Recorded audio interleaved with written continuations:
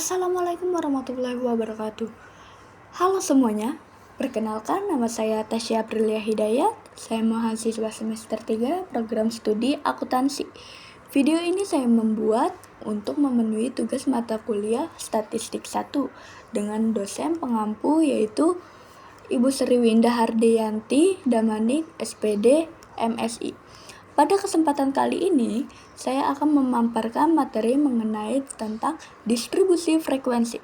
Apa itu distribusi frekuensi dan bagaimana cara menyusunnya? Mari kita simak penjelasannya.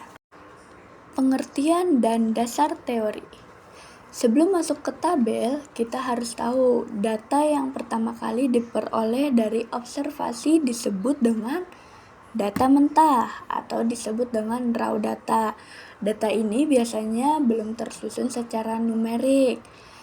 Terus jika data tersebut kita susun berdasarkan urutan naik atau ascending atau turun descending, maka disebut dengan array.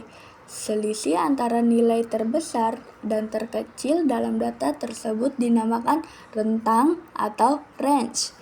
Nah, distribusi frekuensi sendiri adalah pengelompokan data ke dalam kelas-kelas atau kategori tertentu yang disertai dengan frekuensi masing-masing. Tujuannya agar ada data yang besar lebih mudah diinterpretasikan dan ditarik kesimpulannya. Tutorial, rumus, dan langkah-langkah pembuatannya. Sekarang mari kita masuk ke bagian tutorial cara menghitung rumusnya. Ada 3 langkah utama yang harus kita tahu. Pertama, menentukan jangkauan atau range. J rumusnya adalah J sama dengan data terbesar dikurang data terkecil.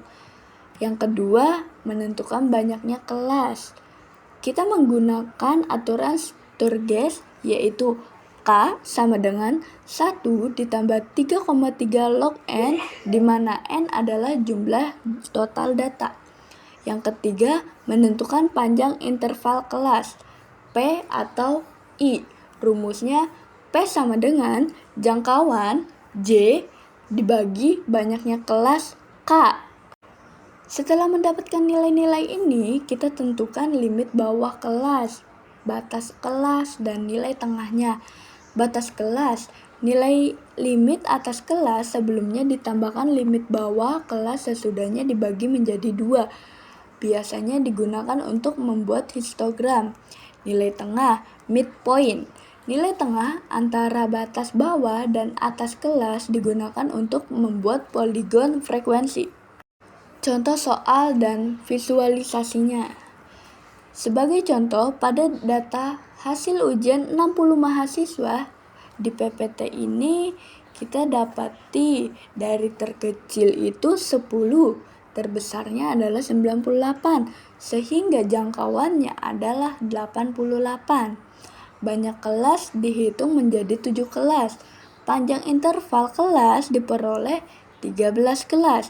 Hasilnya, kita bisa menyusun data yang memuat interval kelas, nilai tengah, hingga frekuensinya. Dari tabel ini, kita juga bisa membuat histogram atau diagram batang dan poligon frekuensi atau diagram garis untuk melihat tren data secara visual. Sebagai penutup, demikian penjelasan singkat saya mengenai distribusi frekuensi. Semoga penjelasan ini bermanfaat bagi semua dalam memahami dasar-dasar statistika. Terima kasih kepada Ibu Sri Winda atas bimbingannya. Mohon maaf apabila ada kesalahan dalam penyampaian saya. Mohon pamit undur diri. Wassalamualaikum warahmatullahi wabarakatuh.